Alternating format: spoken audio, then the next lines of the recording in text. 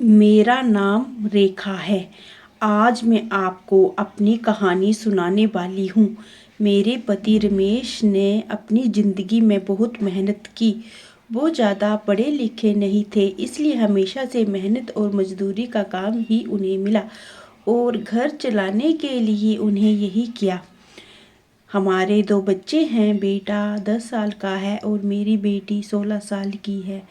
अभी तक मेरे पति ने जैसे तैसे अपना घर चलाया। इस उम्र में भी आज भी हम वही हैं। अगर काम नहीं करेंगे तो खाने को नहीं मिलेगा, घर नहीं चल पाएगा, बेटा और बेटी की पढ़ाई पूरी नहीं हो सकेगी।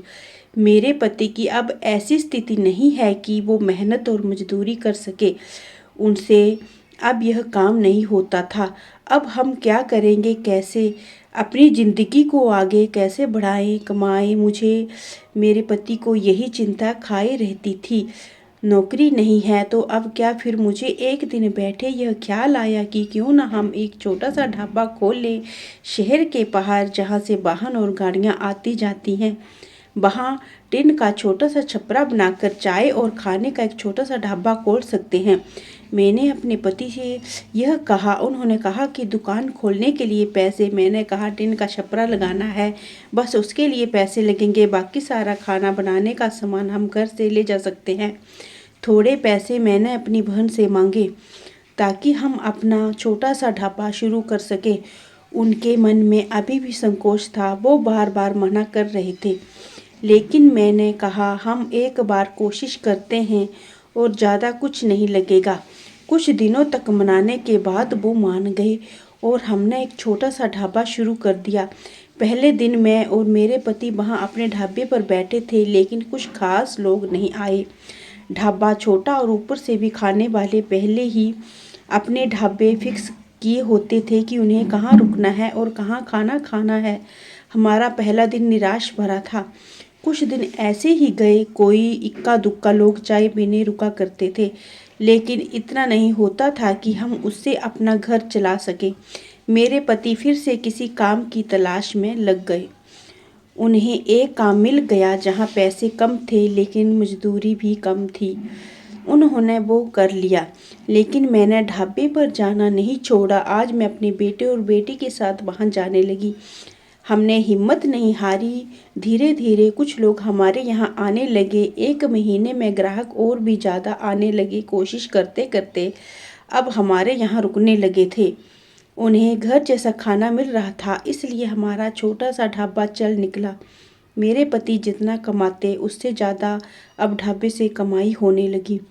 देखते ही देखते हमने छोटा सा ढाबा खोला था, उससे हमारी आर्थिक स्थिति में बहुत सुधार हो गया।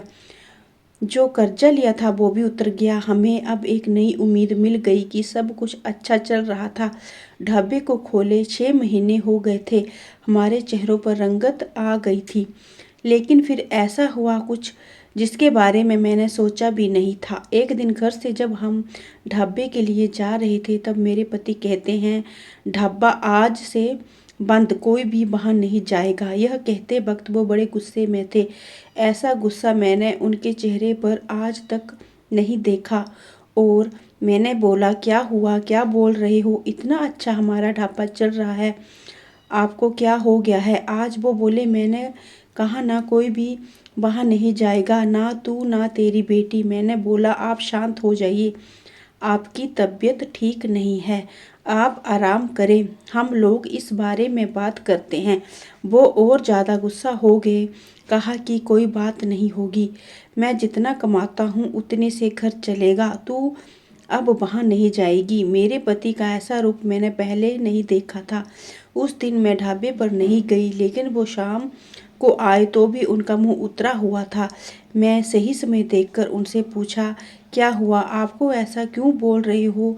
वो बोले कि मेरा मुंह मत खुलवा, मैं सब जानता हूँ कि तू क्या कर रही है। मैं तेरे साथ इतने दिनों तक वहाँ रहा, तब वहाँ कोई नहीं आता था और मेरे जाते ही ढाबा चलने लगा। आखिर ऐसा भी क्या हो गया, मेरे तो होश उड़ ही गए। वो क्या बोलना चाहते थे मैं समझ गई। ऐसी बात वो शादी के इतने दिनों बाद उनके मुंह से सुनकर मुझे यकीन ही नहीं हो रहा था कि यह मेरे पति हैं। मैं एक खामोश हो गई। रात को मेरे आंसू नहीं रुक रहे थे। मेरे मुंह पर अब ढाबे का नाम नहीं आया। इस तरह की बातें सुनने के बाद मेरा अब कुछ करने का मन नहीं किया। उस दिन से खामोश हो गई।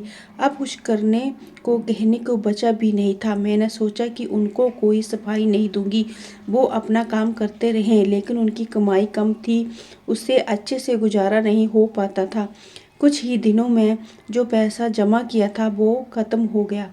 करीब 3 महीने बाद उनकी तबीयत खराब हो गई और वो बिस्तर पर आ गए। काम नहीं कर पा रहे थे। मैं जैसे तैसे उन्हें संभाल रही थी। घर में जब पैसा ख़त्म होने लगा तो कर्जा लेने की नौबत फिर से आ गई। मैं चाहती थी कि कहीं किसी से घर जाकर खाना बनाने या बर्तन धोने का काम करने लगूंगी, लेकिन उनकी तबीयत खराब थी और मैं नहीं चाहती थी मेरी किसी बात के कारण वो फिर उसी तरह की बात करें। एक दिन वो बिस्तर पर थे और उनके लिए खाना बना रही थी। तब उन्होंने मुझे बुलाया। बोले, मैं जानता हूँ उस दिन की बात तुम्हें बहुत परेशान कर रही है, लेकिन और तुम्हें लग भी रहा होगा कि मैं तुम्हें कैसे बोल सकता हूँ, लेकिन वो शब्द, वो बातें मेरी नहीं थी। मैंने कानों में ऐसी बातें आई थी, अपनी रिश्तेदारी में ऐसी बात हो रही थी। मैंने अपनी बीवी और बेटी को अकेले वहाँ छोड़ दिया। उन्हें देख रुकते हैं जिससे कमाई हो रही है। इस तरह की बातें मैं बर्दाश्त नहीं कर सकता। 2 रोटी कम खा लेंगे, लेकिन यह सब नहीं सुनना था। समाज और यहाँ के लोग, खासकर आपके परिचित और रिश्तेदार, आपको आगे बढ़ता देख मुझ बहुत कुछ कहने लगते हैं, लेकिन लोग इस हद तक गिरे हैं मुझे इसका पता नहीं था। और मेरे पति भी उनकी बातों में आ गए। उस समय मैं भी होती उनकी जगह तो शायद यही करती, मुझे भी उतना ही बुरा लगता, वही फैसला लेती जो उन्होंने लिया। मैंने उन्हें कहा कि शुभचिंतक वो आपकी मदद करने नहीं आएंगे, जाइए आप उनसे पूछ लीजिए। हमारे घर में खाने को नहीं है, आपकी तबीयत खराब है, आप बताएं कौन आया। अब हमारी मदद करने दुनिया किसी को खुश नहीं दे सकती, और अगर कोई मेहनत करके आगे बढ़ता है तो सारे प्रयास करके उसे पीछे धकेलने की कोशिश करती है, और आप उनकी बातों में आ गए। वो लोग सफल हो गए, सबको बात बनाना है। अब अगर हम भूख से मर जाएंगे तो भी उन्हें बातें मिल जाएंगी। वो लोग कुछ समय तक बोलते, अगर हम कोई फर्क नहीं पड़ता तो वो थक कर हार मान लेते। वो पीठ पीछे ही इस तरह की बकवास कर सकते हैं, सामने आने की तो उनमें हिम्मत भी नहीं है। उस दिन मेरे पति की आंखें खुल गई। उन्होंने कहा कि तुम सच बोल रही हो, मैं ही पागल था। लोगों को सफाई देने, उनके आगे अच्छा बनने में अपना नुकसान करा लिया।